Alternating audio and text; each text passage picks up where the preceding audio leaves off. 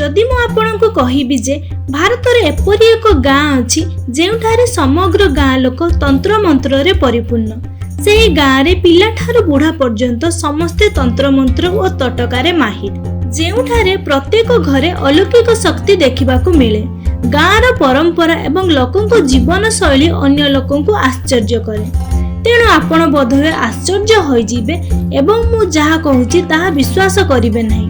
तेबे आज मु आपणଙ୍କୁ एपरी एक गाँ विषय रे कहिबी।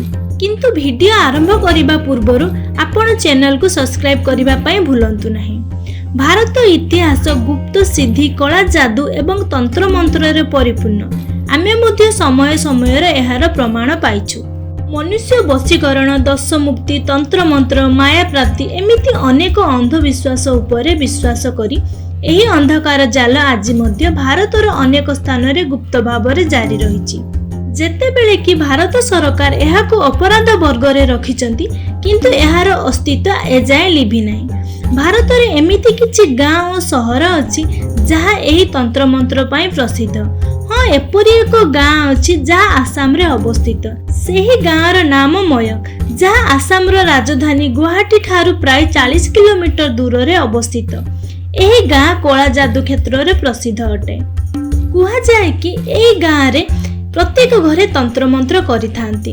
तेणु आखपाख गाँ लोक मयंक रो नाम नेबाकू मध्य डरंती। एही गाँ विषय रे एहा प्रसिद्ध जे एठाकार लोक माने सेमानकर पिला माननकू पैतृक संपत्ति रूपरे निजर पिला माननकू तंत्र मंत्र रो ज्ञान देइथांती। एहा मध्य कुहा जाए जे मयंक गाँर लोक माने तांत्रिक समाज को सुरक्षा देबा पई कला जादू को व्यवहार करंती। एही गाँ रे कला शक्तिर प्रभाव एते जे आखपाख गाँ लोक मध्य एही गाँ को जीवाकू भय करंती। एवं एही गाँ विषय रे जहा जणा पड़िछि समग्र विश्व रे प्रथमे एही गाँ रु ही कला जादू आरंभ होइथिला। मयंक शब्द संस्कृत शब्द मायारू उत्पन्न होइछि जहार अर्थ भ्रम।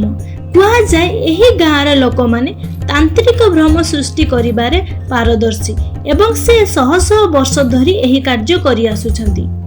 किछि लोक एहा मध्ये विश्वास करंती जे मणिपुर रो मयूरंग रो मूल बासिंदा एही ग्राम रे बसवास करुथिले, जेउ कारणर एहा मयानक भावरे जणाशुना। केवल सेतिकी नुहे, आपण जानि आश्चर्य हेबे जे मयंक गाँर इतिहास मध्ये महाभारत समय सहित जड़ित। विश्वास करा जाए एही गाँ भीमंको पुत्रंकर अटे। जिए भी एही गाँ को बुलिबा पई जांती यात्री माननको कला जादू संबंधी कहानी सुनिबाकू मिलिथाय। केवल एतिकी नुहे, एठारे लोक माने दाबी करंती जे सेमाने तंत्र मंत्र सहाय्य रे हजि जाइथिबा जिनिस खोजंती। गाँ विषय रे आउ एक आश्चर्यजनक कथा अछि जे गाँर तांत्रिक जे कोनोसी व्यक्ति को वायु रे अदृश्य करंती एवं लोकन को नियंत्रण करी निज इच्छा अनुसार जे कोनोसी कार्य करंती। केवल एतिकी नुहे, एठारे मनीष माने मध्य पशु रे परिणत होई पारंती और पशु मध्य मनीष रूप रे परिणत होई पारंती।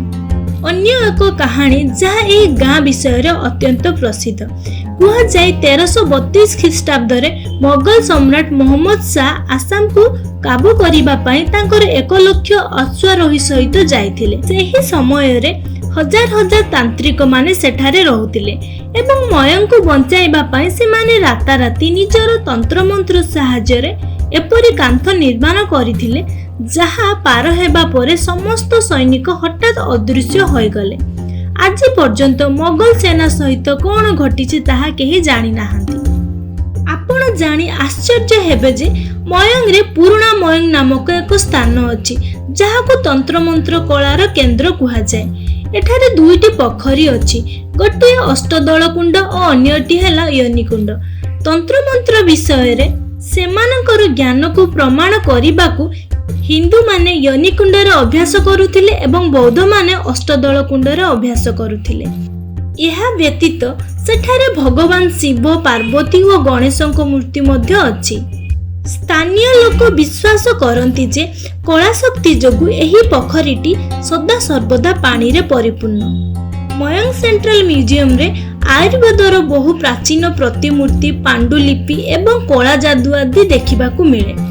एठारे थिबा संग्रहालय रे द्वादश शताब्दी बहु प्राचीन पांडुलिपि रहिछि।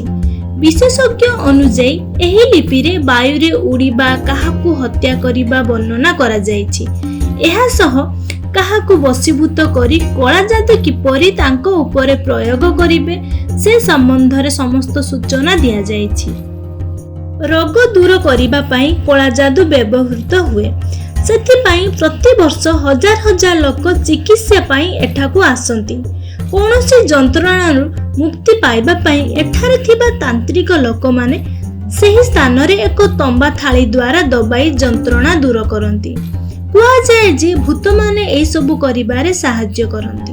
गाँर लोक माने विश्वास करंती जे एही शक्ति पीढ़ी पीढ़ी धरी चली आसीची। सेही भली विशेषज्ञ माने कहिसंती जे कला जादू प्रकृत रे एक तांत्रिक विद्या जेउथिरे एहार आध्यात्मिक शक्ति सहायरे जीवन काहाकू दिया जाई पारे किंबा काहार समस्या मध्ये दूर करा जाई पारे। गाँर अधारू अधिक लोक कला जादू विषय रे ज्ञान रखिचंती। केवल एतिकी नुहे, सेमाने एहाकू प्रतिदिन अभ्यास मध्ये करंती। जदि आमे स्थानीय लोकंक विषय रे कथाबार्ता करिबा, सेमाने हाथ रेखा पढ़िबारे कला मध्ये जानिछंती। बोधहुए आपण जानि आश्चर्य हेबे जे किछि लोक भंगा काच खंड व्यवहार करी जणे व्यक्तिको भविष्यवाणी मध्ये करि पारंती। तथापि केतेक स्वार्थी लोक एई प्राचीन ज्ञानर अपव्यवहार करी एहाकू समाज आगरे भूल मार्ग देखाउचंती, जेउथिपाई लोकमाने एहाकू एक कला शक्ति भाबी भय करूछंती एवं एहा भाबी कला केंद्र को आसीबा पई डरंती। कारण सेमानंकर विश्वास जे एही गाँर लोक माने सेमानंकर कला शक्ति साहाय्य काहाकू दास करी सबुदिन पई रखि नेबे।